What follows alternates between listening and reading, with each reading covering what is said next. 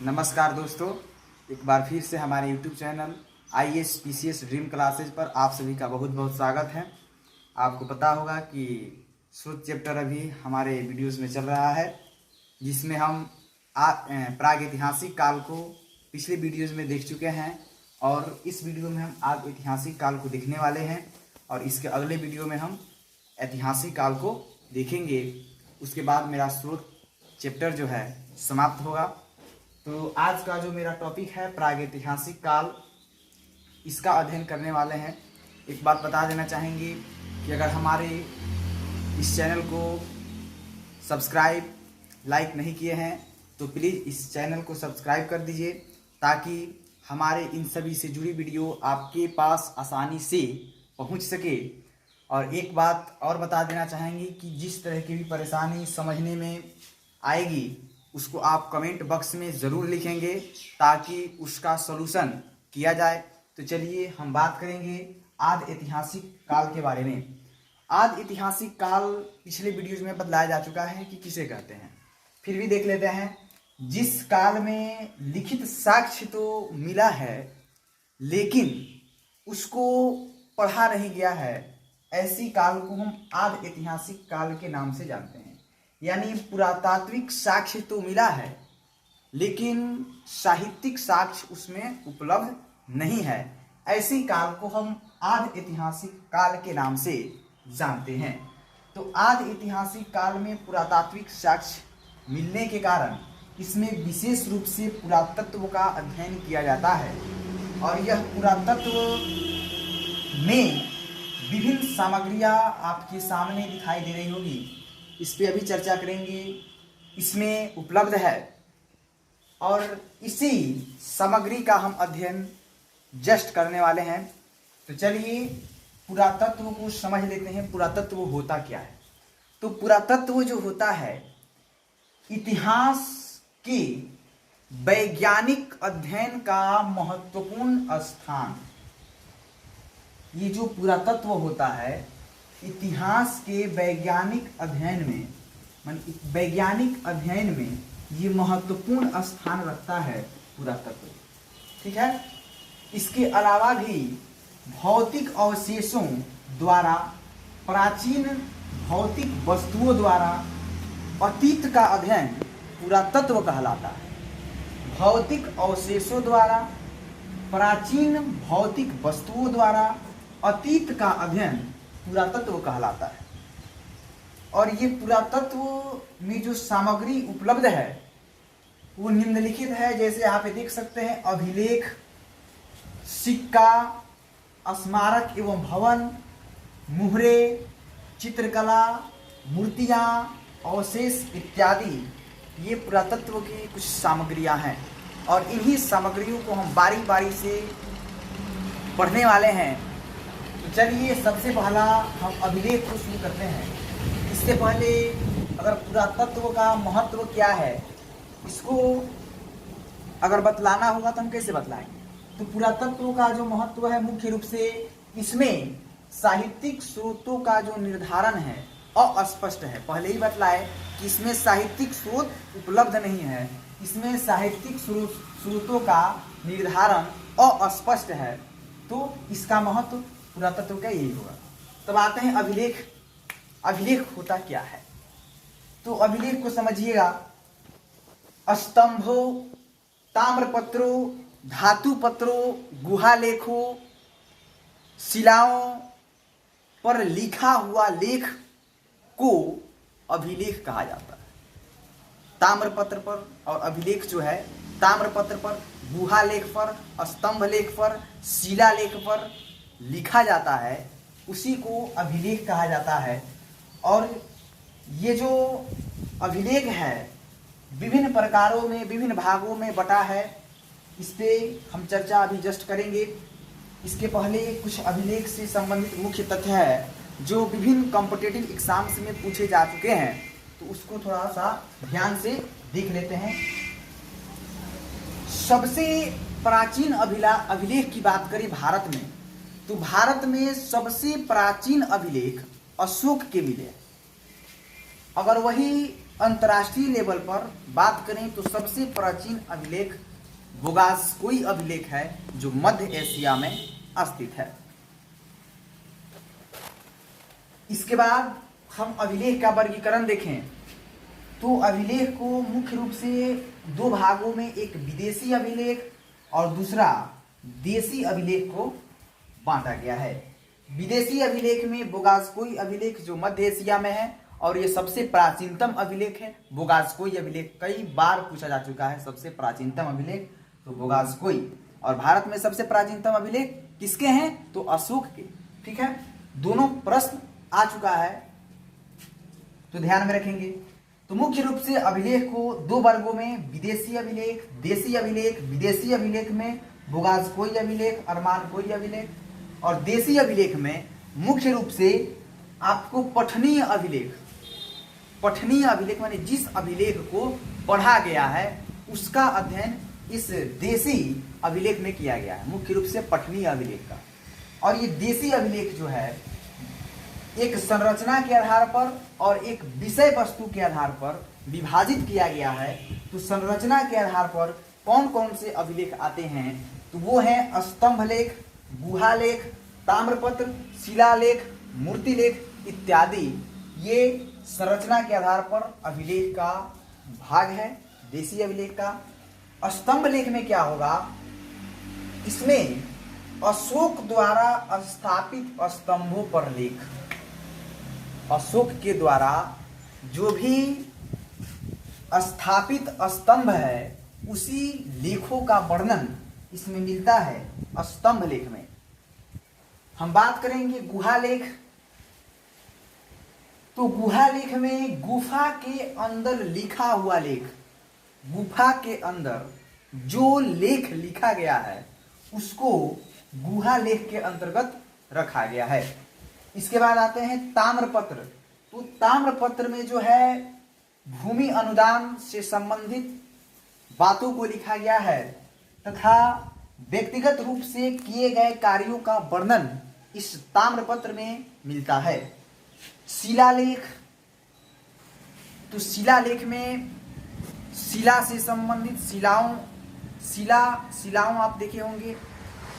तो शिलालेख में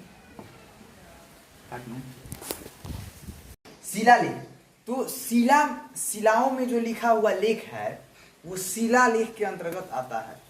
विभिन्न शिलाओं में आप देखेंगे विभिन्न तरीके के लेख उस पर लिखा हुआ मिलता है, तो इस तरीके के लेख को शिलालेख के अंतर्गत रखा गया है। मूर्ति लेख, मूर्ति बहुत सारे मूर्तियों पर लेख लिखा हुआ मिला है जिसके अंतर्गत मूर्ति लेख के अंतर्गत उसको रखा गया है।